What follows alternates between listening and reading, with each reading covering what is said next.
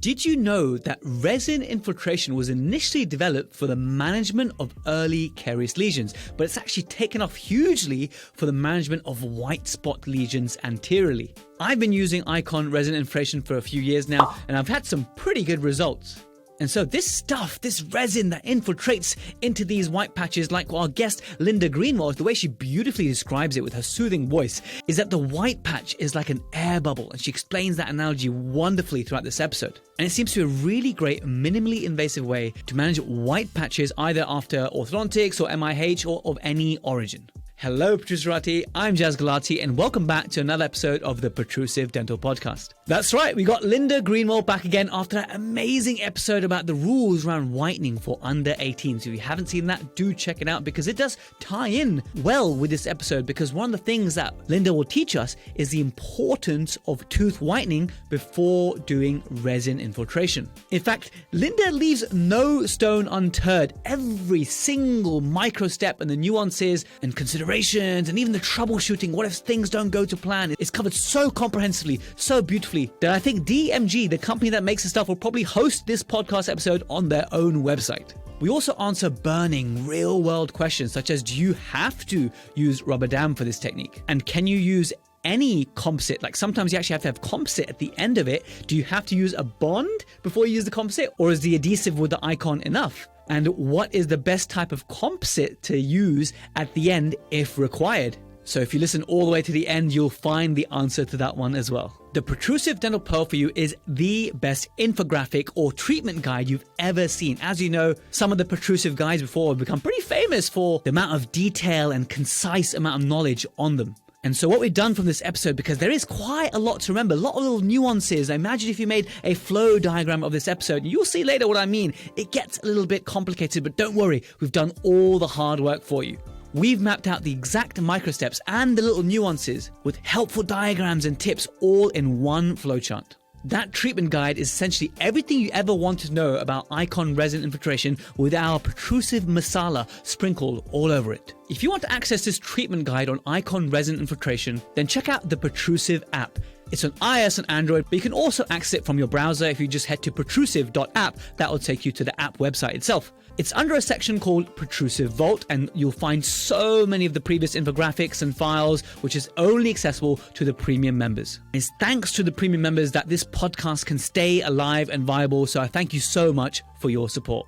Before we join the main episode with Dr. Linda Greenwall, I wanted to announce something really special with Evo 4. Evo 4 is the latest generation of Enlighten Whitening. The changes with Evo 4 really make it superior. So now there's no more in-surgery stage. It's 3 weeks all at home. They've also done something very clever with the tray design. So the whitening tray, sometimes posteriorly, they sort of flap off. There's a lack of retention sometimes. Quite often molars have small clinical crowns, you see, and that allows saliva to come in. So kind of like with the aligners, they've actually built in an attachment, a single attachment on each side, which is optional to use, but I've used it. It's super easy. So if it gets you better results, why not? And they've incorporated that as part of the Evo 4 system. The final change, which is pretty important, is that now the gel will ship to you with the tray. So you don't have the gel lying around the practice. It comes with you as a bespoke order with the patient's whitening trays. Now, the benefit of that is that the gel doesn't stay lying around the practice. And the more it lies around the practice over time, the more it breaks down. The more it breaks down, more acidic it becomes. The more acidic whitening gel becomes, the more sensitivity you have. Can you see where we're going with this? It's less sensitivity. It's fresher gel for better results. To celebrate the launch of Evo 4, my buddy Payman Langrudi and Lighter Smiles are giving away 20 free kits to the Protrusive. It's super easy to get a kit. All you have to do is go on the Facebook group Protrusive Dental Community. On there, I've started a thread, and on that thread, I've asked who wants a free whitening kit. Of all the people who comment, we will randomly select, using one of those random apps that you see online, 20 winners. So you can start using it either on your patients or your staff or your family with the new Evo 4 system. So the Facebook group, again, is Protrusive Dental Community. Just search it on Facebook, you'll find it. Thank you again, Enlighten and Evo 4 for supporting Protrusive Dental Podcast. Now, just check out this really geeky, fantastic episode with Dr. Linda Greenwall. Linda Greenwall, welcome back to the Protrusive Dental Podcast. How are you? Thank you, I'm good. It's great to have you back. You blew us away when we talked about whitening for under 18s, a very controversial topic, and it got a slightly controversial response on social media and email, which is fine. We kind of expected that, but in a good way, that a lot of dentists were like, wow, someone's actually standing up, i.e. you, for the profession. So that's wonderful. And I was actually at dinner the weekend at my friend's house. He's a dentist, and he asked me a question, Linda. He said, which guest have you had on the podcast whose story really inspires you? And it is just like almost like the most inspirational guest you've had. And I said, okay, it has to be Linda, because of your background, your story, your mission, and the clarity in which you communicate your mission statement is just so, you're oozing passion about this and in all your educational ventures and what you're trying to achieve through whitening and much further afield in restorative dentistry. So I think it was an easy choice for me. So thank you for all that you do for our profession. So just one more follow-up. There's two more things. Number one, we're really making this year to campaign for the under 18 children, because MIH, which is the disease, and a lot of the kids have these white spots that we're going to talk about. MIH is a disease, and it's 1 in 6 children have this disease. And so whilst the mild cases need Icon Resin Infiltration, they start with whitening. So we're going to focus on the disease aspect, and I'm going to do quite a few series of lectures on the disease aspect of MIH, because it's pretty severe and there's a whole lot of new information. That's the first thing. The second thing is we've ramped up our care for the child refugees this year through the Dental Wellness Trust charity that we're working on. And a call to anybody who wants to open their practice on a Sunday, on a weekend, to help the child refugees. These children are asylum-seeking families, but we only work with the children. They are not eligible for any NHS treatment or anywhere else. So, we do this treatment for them. We're happy to do it and provide it. This next week, we're going to a hotel in Paddington to screen 40 children who are desperate for dental care, who can't get it. So anybody who wants to volunteer, please message me afterwards. Any of that, we'd love some help. We need to be ready to roll up your sleeves. So thanks so much. Thanks. If you weren't already in love with Linda, there we are, guys. What a beautiful, noble thing to do. And just so to make it easy, I'll put a link in the show notes so they can directly contact you for that, and you'll just let me know which is the best contact afterwards, so I can take them directly to be able to get involved in helping. So that's amazing. So you're completely right. Today we're talking about Icon Resin Infiltration, and you already touched on that. Whitening may be a part of this, but before we get to that, I just wanted to help dentists understand, because dentists, we weren't taught this at dental school, like many things. And when we come across this, quote unquote, new technologies, obviously it's been around for a little while now, I'm sure you'll tell us, we get a little bit skeptical about actually using it in the practice. So first thing to cover is, what is the science behind Icon Resin Infiltration? How does it actually work? So the way that it works is literally as it sounds. It infiltrates a porous area with resin.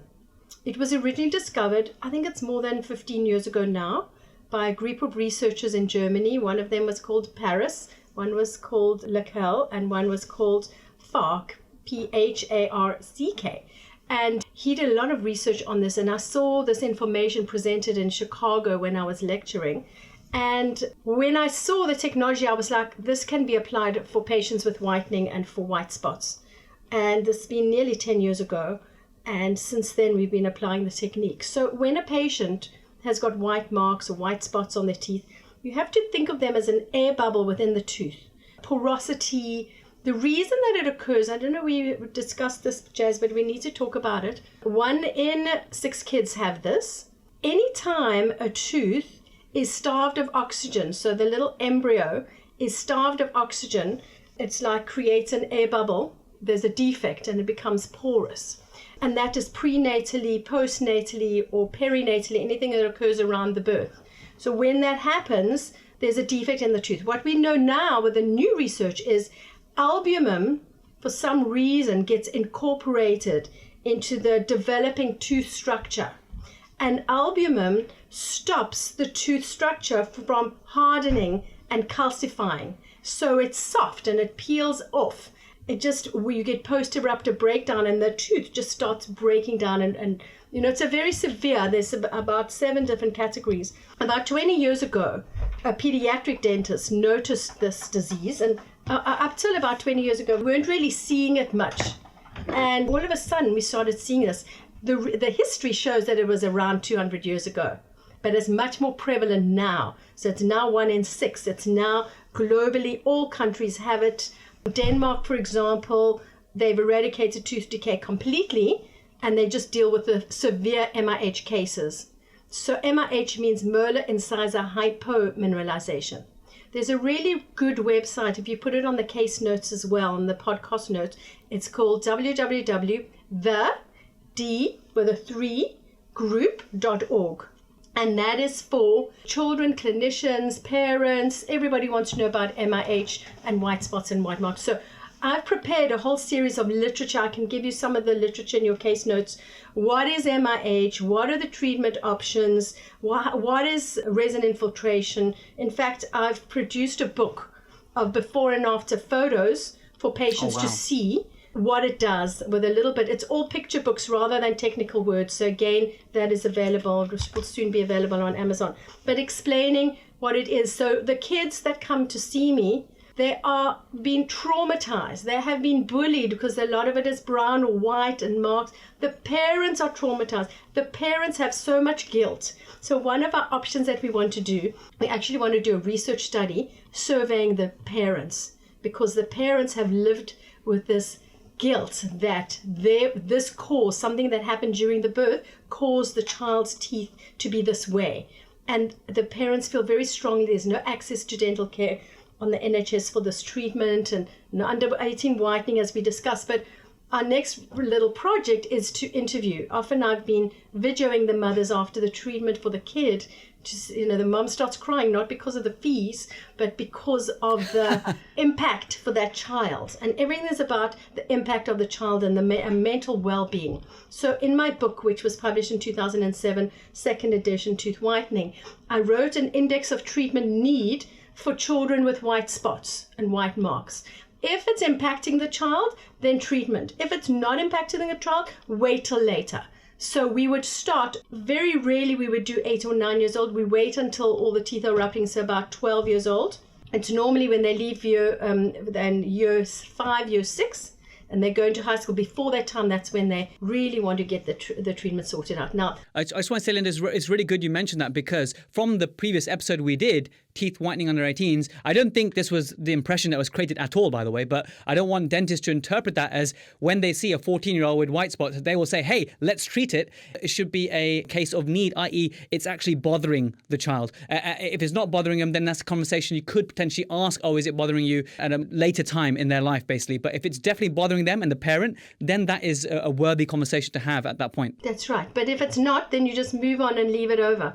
But there are a lot of patients, and unfortunately, because of they can't get treatment anywhere else, they do travel a lot.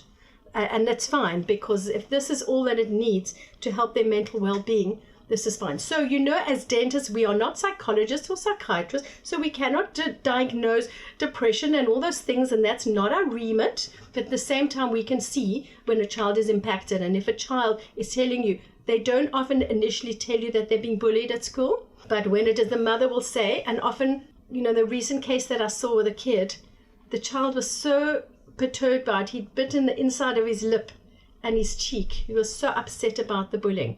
Not only, so there's an internal thing where they hold it all together, but the external thing that the teeth are brown and yellow and defects on the teeth. So the beauty about resin infiltration is that it's non-invasive. Generally, it's non-invasive, but there are things that can happen which you need to be aware of.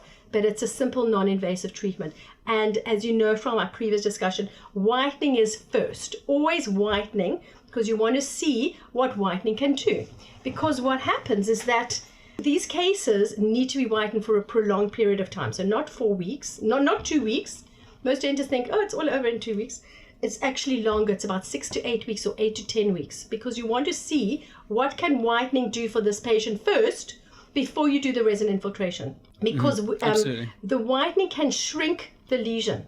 Not entirely gone away, although we have seen it go entirely away with patients who've got tiny little white spots. So we'll talk about predictions later, but if it's small, it's easier to get rid of. If it's pale white rather than very opaque, then it's much harder. So those are kind of some of the things. So the science behind basically this technique was done as a method for treating early D1, D2 carious lesions. And that's when it was just penetrating in the enamel. And on the radiographs, and we have many patients, and I know you do as well, when you see they take their bite wing radiographs, you see these little triangles in the enamel. And you go, okay, what's my treatment decision here? Do I leave it and tell the patient to floss more and use interproximal little brushes? Or do I intervene? If it's only in the enamel, if they change their habits, we can keep this lesion just as it is for 7 years. Maybe nothing will get worse. But if it's just like sort of tiny bit in the dentine, what we do with our digital x-rays is you can sharpen the image. And when you sharpen it up, there's a little thing on Software of Excellence, some of the software. You sharpen it, you can actually see there's a little bit more decay than on the first digital image. But anyway, when we see that, those are your decisions you need to make. Do I treat it? Do I intervene? Do I prevent it? Do I go through the fluoride and flossing, etc.? My opinion on those cases, especially when there are multiple lesions, is we all know that the patients don't really change their brushing habits, or they don't really, as much as dentists we work so hard at trying to get them to change their behavior, we're not always as successful as we want.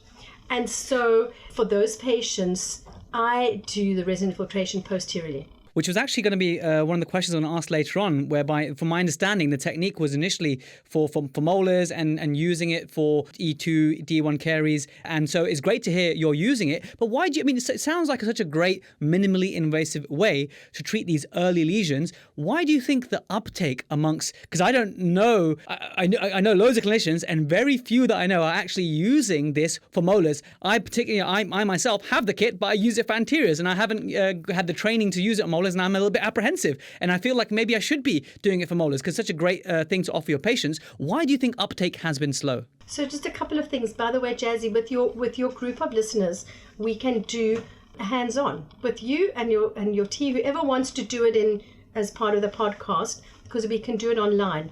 And so then Amazing. You don't have to go somewhere, so we can do it. So there's 2 different kits. So you can do, and there's an anterior kit, which is a round sponge. And there's a posterior kit which has a different applicator.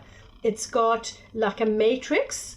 It's a green handle with a matrix which you swap around, and I can send you photos of it. And it's got little pores on the green side. It's got little pores. So let's say your lesion is on the lower right 6 mesally. You twist the applicator and you put it just mesally. You pre-wedge, or you put an orthodontic wedge, orthodontic separator through. You wedge it. You place your matrix, and you do the etch. And you would etch it again for 2 minutes, and then you would go straight on to the resin. And the resin is on for 3 minutes, and then a further minute. So there's a set protocol which we can go through. But that is for posteriors. My point is, on these patients, nothing is going to change, and then we're eventually going to have to drill them, those lesions. So why don't we just try this? Only problem is that the resin is not radiopaque. So you need a good preoperative radiograph to say this is how it is now. You can undertake the technique, and I explain to patients it's like a clear fissure seal. Got it. Explain that because we do a lot of fissure sealing in the practice. So it's like a clear fissure seal. This is prevention. We rather intervene and prevent rather than wait for the lesion to get larger. And most parents are quite acceptable on that. And so it's a simple technique to do. But you can't see it working. You can do the technique, you can't see it. With the anterior, it's all in front of your face. So you can see it working and you can see what's going on. But it's a good thing to know about. And as you know, Jazz, the reason for the success of your podcast, and just by the way, after we did the other one, I was stopped all over when I went to lectures in Conroe. They're all like, hey, I've just listened to it, I loved it.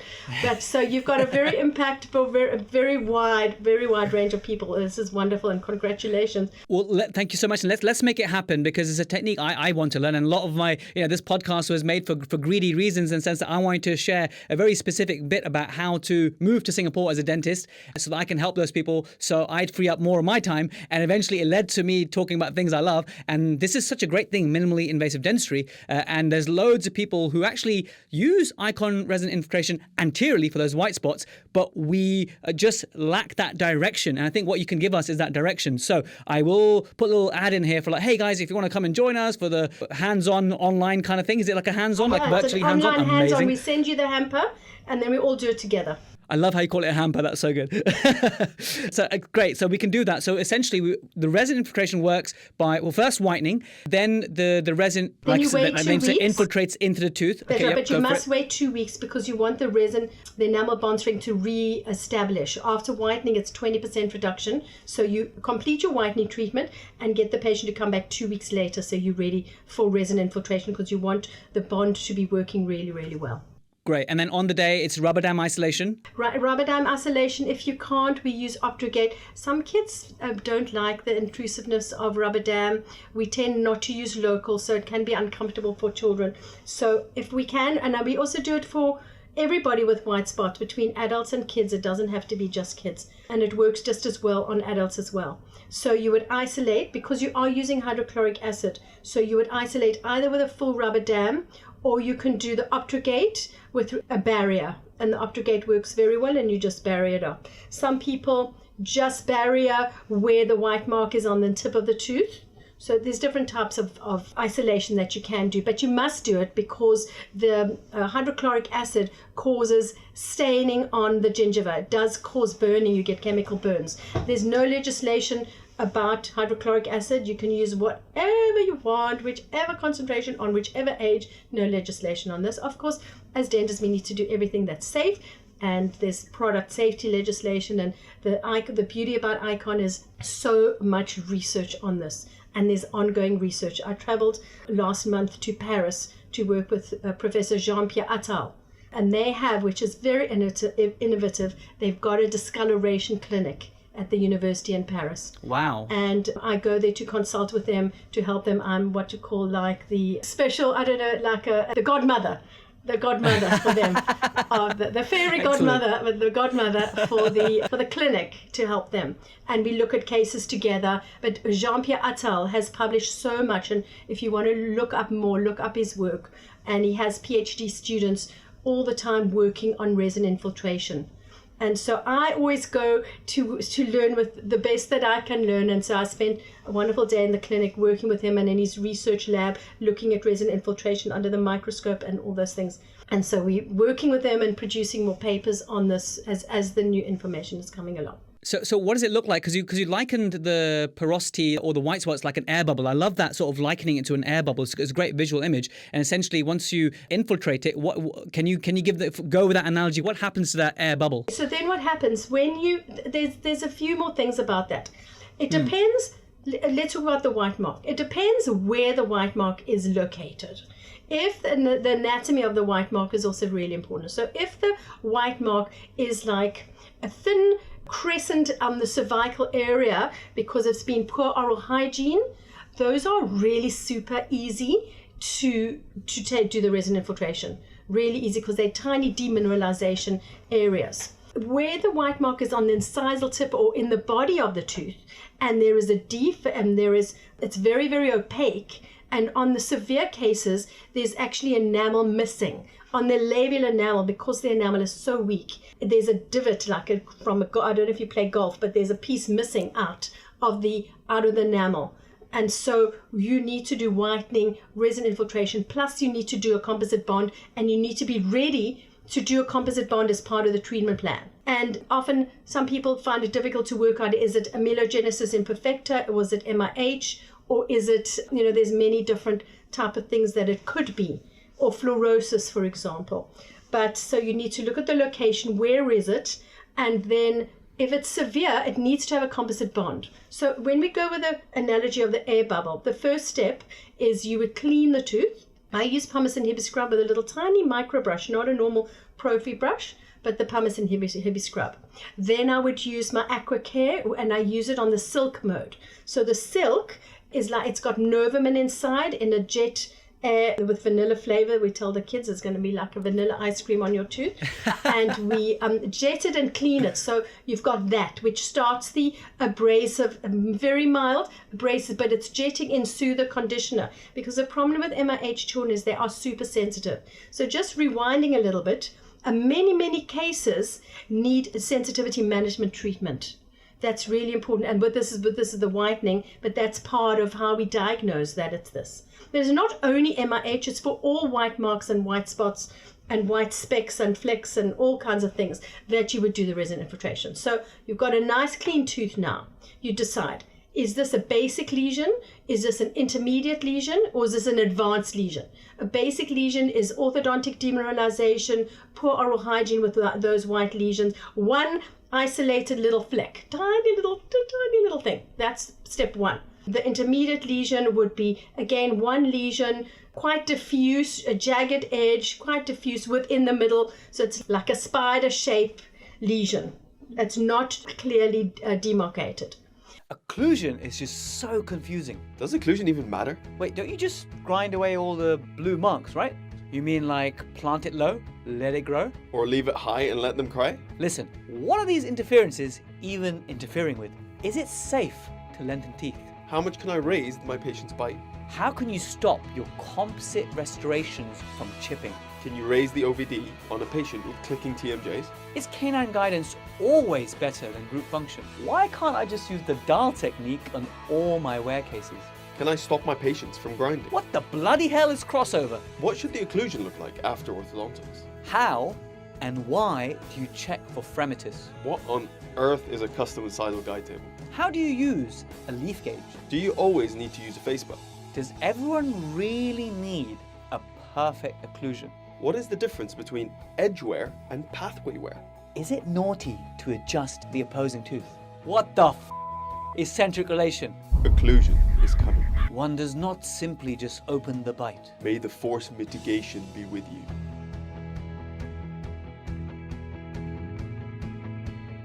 An advanced lesion is multiple lesions on many teeth, upper 4 to 4, large deep lesions, plus a central incisor with a whole piece of enamel missing, or it's brown or yellow because there's a defect. So those are your lesions. So you would start with a basic One little case. trick I learned, Linda, and I just want some validation from you, is that is this a good thing to do? Is this something that you practice as well? Is that to shine a light cure behind that central incisor with the big white patch and see, can you still see the outline of that white patch? And that gives me a clue as to, okay, what are we up against here? Because if you see the outline of the white patch, that tells me that, okay, it's potentially going to be quite deep and more of an intermediate to advanced. Is that something that you practice as well? Yes. So that's called transillumination. And the way that we do it, we take a photo with it as well. We use, instead of the curing light, you can use a curing light, but SDI make a really good diagnostic light. So instead of the blue light, it's a white light. So we take a photo with no flash, with the light behind, and then you've got the photo of the transillumination before this. There's a researcher whose name is Omar Marouani, not marijuana, but Marouani, from the University of Tunisia, and David Manson. They've published on this, and he's done a series of transilluminations as before he starts, and then as the treatment is completed. And with the transillumination, you can see how the lesion shrinks, and you can see how the lesion is penetrated with the resin. So going back again, then we need to, you assess, what am I dealing with the transillumination? Then you will etch the tooth. So the etching, it's called Icon Etch, and that's for 2 minutes. Now, we're not used to etching for 2 minutes. We're used to our 15-second quick flash. So this, you need a timer. You need to time it out exactly. And the way that you do it is you place the etch all the way into the lesion. But what happens, because it's an air bubble, it's very porous, so it just sucks in all the etch like that. And so you need to, during those 2 minutes, you need to keep replenishing. So you twist, it's a special syringe, which is a twist sponge, so that you're twisting and you keep replenishing as you go along, and you massaging in gently, not tickling the tooth, but more like massaging the etch into the tooth, and you keep going and going and going for 2 minutes. If you're doing a lesion with 6 teeth, what you would do is you place the etch after isolation, all the other techniques we said, go over the etch on all 6 teeth, and you set your timer for 2 minutes, and you start massaging all the way for 2 minutes on all those teeth. On that point, the surface area that you're etching, Linda, would you just do imagine you got quite well demarcated white patches, 3 to 3, let's say, canine's canine. Would you want to do just the white patch only, or do you want to extend it a border beyond the white patch? And if so, what is that border that you're aiming for? You don't want to extend it too far. So you can just go over the little white area. So there's a margin, but coming back to the air bubble the air bubble analogy, what you're doing is you're opening up the lid of the air bubble with your etching. So you would then use the alcohol, not for drinking. We taught in Croatia one year, and the guy he lost it at the alcohol. And so we couldn't carry on he couldn't get it out. It's not for drinking. The alcohol is a test. It's the test because alcohol replicates the refractory index of enamel. Of the result that, if you were to resin infiltrate at that point, it was like a preview, right? It's a preview, it's a test. So you put the alcohol on and you drip feed it for 30 seconds. Very, very, you drip and you watch. So you just drip it and check. If when you drip it on the tooth, the white spot's completely gone, you know that you can go on just on your basic step, etch alcohol resin infiltration. That's a basic case. But if when you drip it on the tooth, you think, I'm not really sure on this, it's not looking fab, because you can still see the whole extent of the white lesion, you go back again. Then you start again, so you do more microabrasion. So you can then, you've got a few more abrasion options.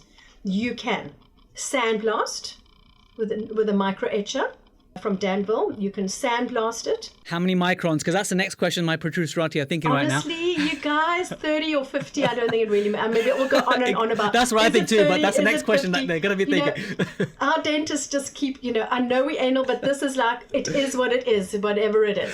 30 or 50, it doesn't matter, guys. Don't lose sleep over it, whatever you've got. You will then, so you sandblast. So you go sandblast, etch, alcohol, and you do that up to 7 times.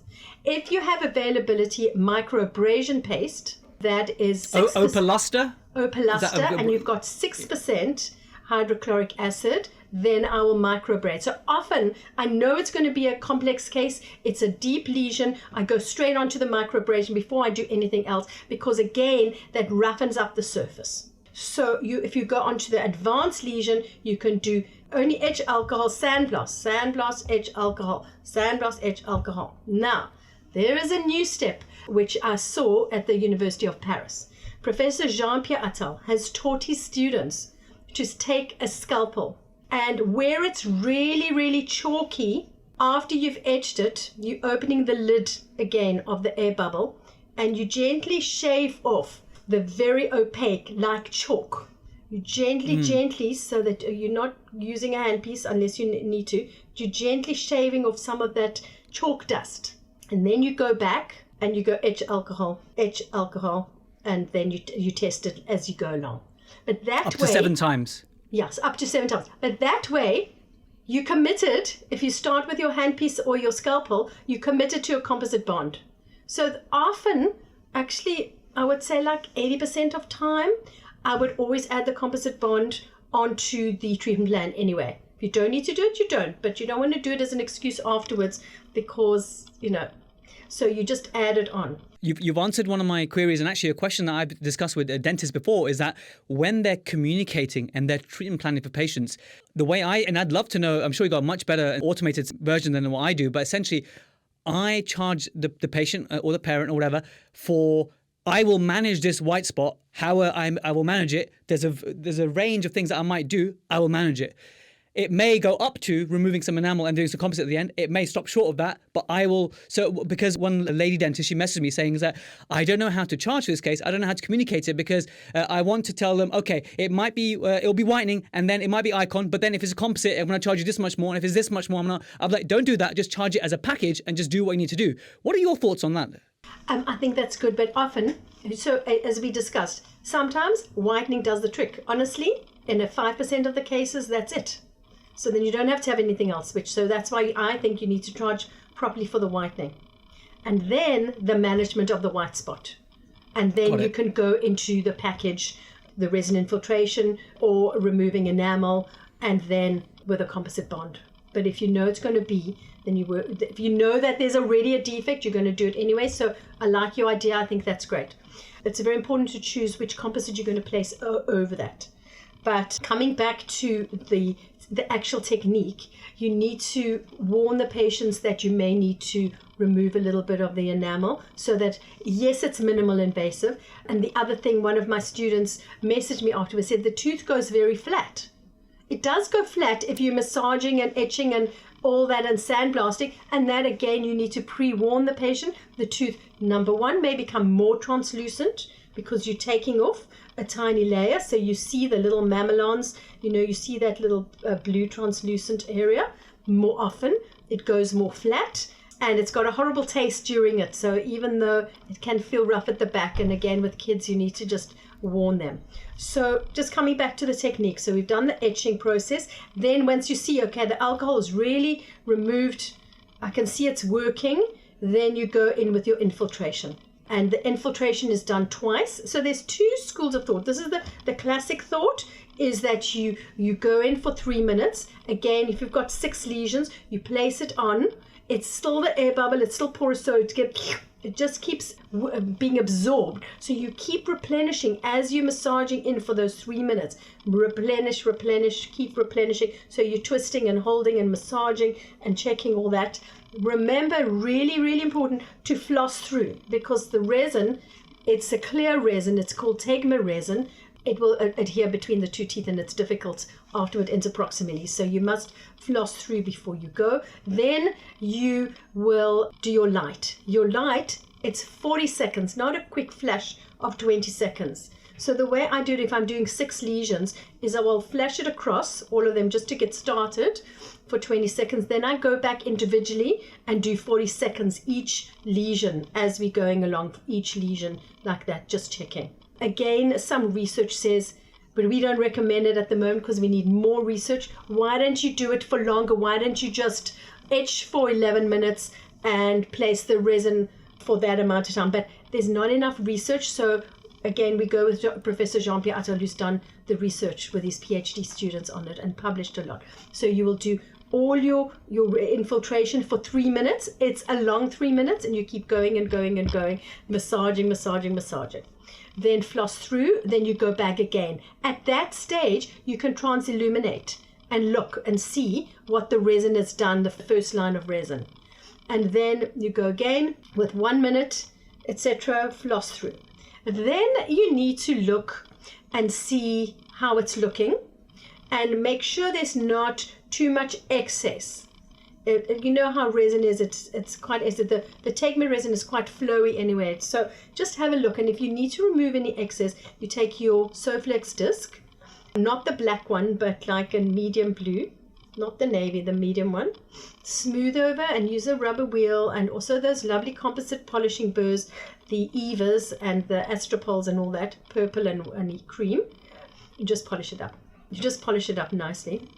Remind your patients not to go and have anything with food staining immediately afterwards. One of my students sent me a photo where her patient went to have ramen 10 days later and the teeth became orange. I think it's because, number one, that maybe there's a couple of things. Maybe the resin wasn't cured enough. So you need to really do those 40 minutes of cure, and then make sure it's smooth enough, so that it's a nice labial contour, is nice and smooth, not a big blob of resin. Hence why you use the polishers and the sequence to make sure it's resin, so you're polishing the resin as you would do for a composite. Like a composite, yes. And then afterwards, in terms of maintenance, it's a really good technique. What we also learned from working with it is that the resin keeps going, it keeps infiltrating. So just on the first occasion, you think, I'm not really sure if it's fab. You go back again. You know, that's the end of the appointment. It's been your hour. You've done this. You've got, because between the photos and the consent and the explanation and the technique, it's a good hour. A good hour means another 10 minutes as well. Anyway, and so after that, you bring the patient back and you would review the patient about 3 weeks or a month later. Because one of the very first times I did this technique, I didn't do any whitening for a patient who was about 64 years old. I wasn't even sure if it could work.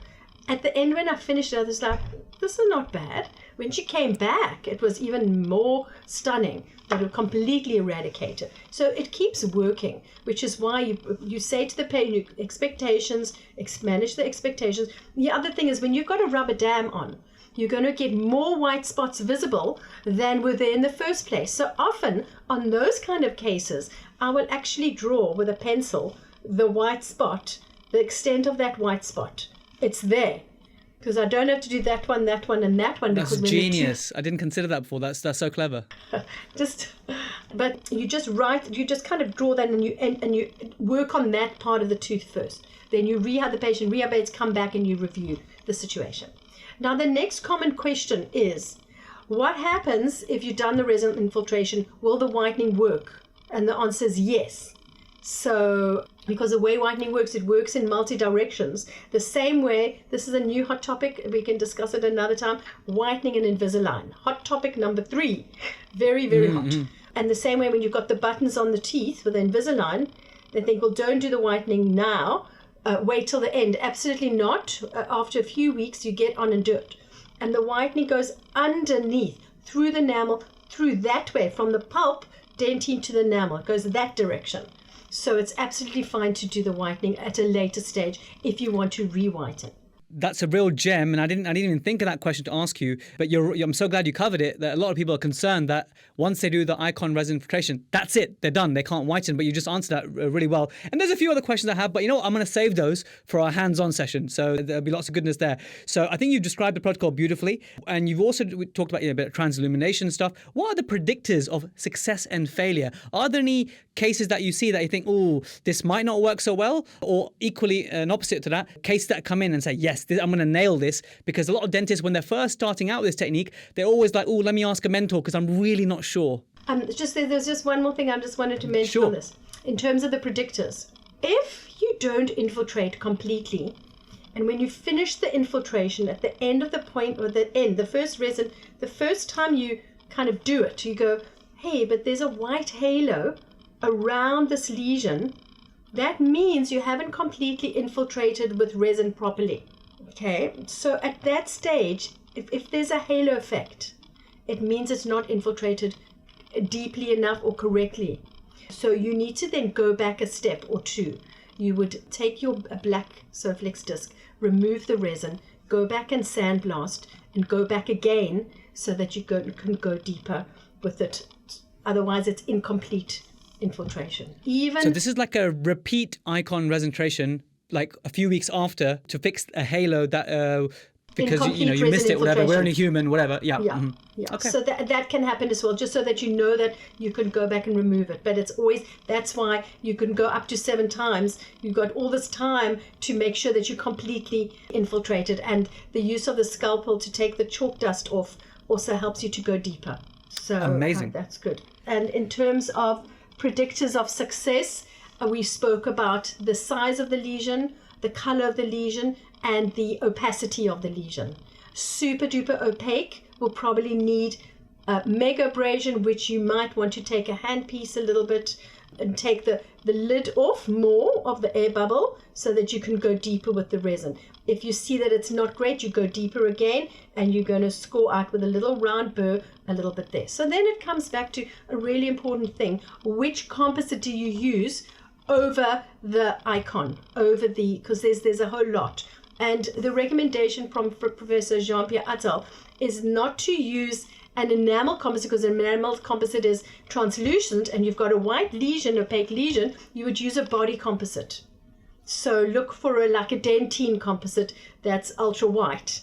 So that's why we do the whitening, to blend in to the opaque, to blend the white to the surface around. So you want to do that, and then you choose your composite. We would use a bleached shade composite, but not a translucent always. There's a Tokuyama A1 body, which Jean-Pierre Attal uses. There's a brilliant composite from DMG, where they've got a bleach shade composite, which is fabulous. There's another one from SDI, which is called bleach shade, bleach dentine, which blends over. So you need to, again, like you're doing, if you're going to do the techniques. Now, what we didn't discuss was that you don't, after you've done your resin infiltration and you're going straight onto your next step composite, you don't have to re-etch and you don't have to rebond, because you've used the Tegma bond. The Tegma is an unfilled resin. You go straight on and you put the composite straight over and you sculpt it. You can cure though, right? You can cure it to see where you are, or you don't even cure it. You put the composite over the uncured Tegma. No. So you cure it and you do your 3 minutes of resin curing, but then you go straight with your composite. So before you even start the case, before you've even isolated, before the rubber dam, I would just put some cotton walls in and work on your composite shade. And just check your shade. If you're going to go on with the bond, check your shade before you even start.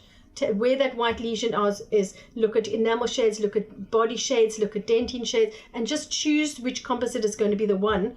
If because there's a defect, you have to do it, and then you go back, because otherwise it's going to mess you up in terms of the color afterwards. Brilliant. I think that's so many real world tips here, including the actual, that was a question I was going to say for the hands-on. I was like, okay, which composite, and also how do I put the composite on? Do I use universal bond afterwards? But you've answered that brilliantly. We don't need to do anything. We just add the composite on but to you need the to sculpt it nicely. resin. Sure. I like to use some of the brushes from Cosmodent or whatever, just to get a nice blend, and then obviously the full polishing protocol. Amazing. Here's a common question I get. What's the expected longevity of this? So some dentists say, I'm a little bit concerned. Do we have enough data? How it's going to look like in 5 years, in 10 years? What does the evidence suggest? Or clinical experience? The research has shown that it's predictable with the following discussions that we've had with all the different basic case, intermediate case, advanced case. Longevity, it doesn't come back unless incomplete infiltration. In terms of stain, some patient with poor oral hygiene, if you've done a beautiful composite bond, you get a black line or a brown line where the join is. You don't get that. But you may, which I've been doing it for the last 9 years now, you may get like a tea stain, a very light tea stain over where the resin is. And all you do is just polish it with your rubber wheels, and that's that. You don't need to redo it. So that's. And do we have I imagine success rates are a difficult one to gather, because every lesion is unique in terms of depth. So do we have enough sort of success rate data based on how variable it is? When I first learned the technique and started teaching the technique, one of my students came up and said, no, it doesn't work. But now we know there's modifications. Every lesion is different. And they said because MIH has got different chemicals, it doesn't really work on MIH. So we've modified the technique. And by modifying the technique, you get a much more predictability. And you've also got the predictability of doing a composite bond. So with all that, the success rate is high on it. Amazing. I mean, you've answered all my questions, and now I'm really excited for this hands-on session to do molars and anteriors for those who haven't done it before. Are there any other messages that you want to pass on to dentists who are maybe learning about Icon Resin Infiltration for the first time? I feel like we've covered the assessment of the lesion, the actual clinical technique itself, and you've gone way well and above and beyond in terms of the nitty-gritty details. Any other messages you want to pass on to dentists while you have the microphone? I think that also from our point of view, the etiology, which is unusual, that you've got to ask patients or their parents their birth history. So you want to know, for example, were you born early, were you on time, were you late? Because early preterm babies, if they're premature, more likely to get white spots. Another interesting thing is celiac disease, for example. Celiac disease also results in white spots again because there's calcium and absorption deficiencies right from an early age. So medical history is important, is relevant, and you want to show that you're a caring practitioner, and that's really important. But basically the technique is, whitening, resin infiltration, composite bond, but you still want to get a more understanding of the medical history, because from our point of view as we also scientists as well as clinicians, and we also need an empathy factor. That's really very important, the care factor. A patient is a human being, and so we need to, do you know what I mean? We need to modify, communicate really well, expectations, pre-op assessments, paperwork, really key, Jazz. You must have your paperwork. You must have explanations. And then you can build up your photo library. That's why I created these books. Again, it's available if you want me to send for you to see. It's nice as a clinician when you're starting, start on basic cases. Start on an orthodontic demineralization case. One tiny fleck, just get used to the technique. Also, younger kids, the younger patients can be a little bit easier. Just depends. And then you build up a library of cases in your experience, so that you've got a whole library. And that's why I show my patients, this case looks like this little boy, and for this little boy we did X, Y, and Z. Yours looks like this, it's not so severe. And then you can show them some of the severe, because some patients are so distraught that they've just got one tiny little white fleck on the tooth.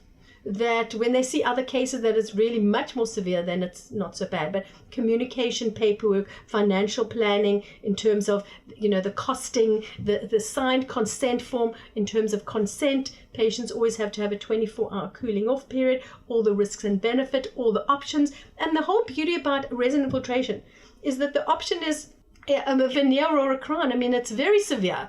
It's like so minimal invasive. That's why, for me, it's like, why wouldn't you? Would you do it for your daughter? Absolutely. So, those kind of things. But you must explain the ramifications. Some dentists charge per arch for the whole lot, or some dentists charge per tooth, whatever works for you. But sign the consent form, sign the financial arrangement, make sure at your treatment planning discussion a financial arrangement has been made with the parent and they understand the 5 different options in your practice of how you take care of fees, etc., so that it all runs smoothly. And that's taken care of it, and the admin's taken care, and then you just go on to the clinical. Amazing. Linda, thanks so much I know you're such a busy woman and I really appreciate your time and giving so much information. I'll be in touch with yourself and Rachel to find a date. We'll do this. It's going to be great to do a Zoom session. I'm actually excited. I've done a fair few anterior cases with great success with Icon Resin Infiltration, but I've never done a posterior, and I'm actually really excited to learn that and be able to offer that to my patients. So we'll be in touch, guys. Stay tuned for that. Linda, thank you so much. Thanks so much. Thanks, Jazz. Thanks.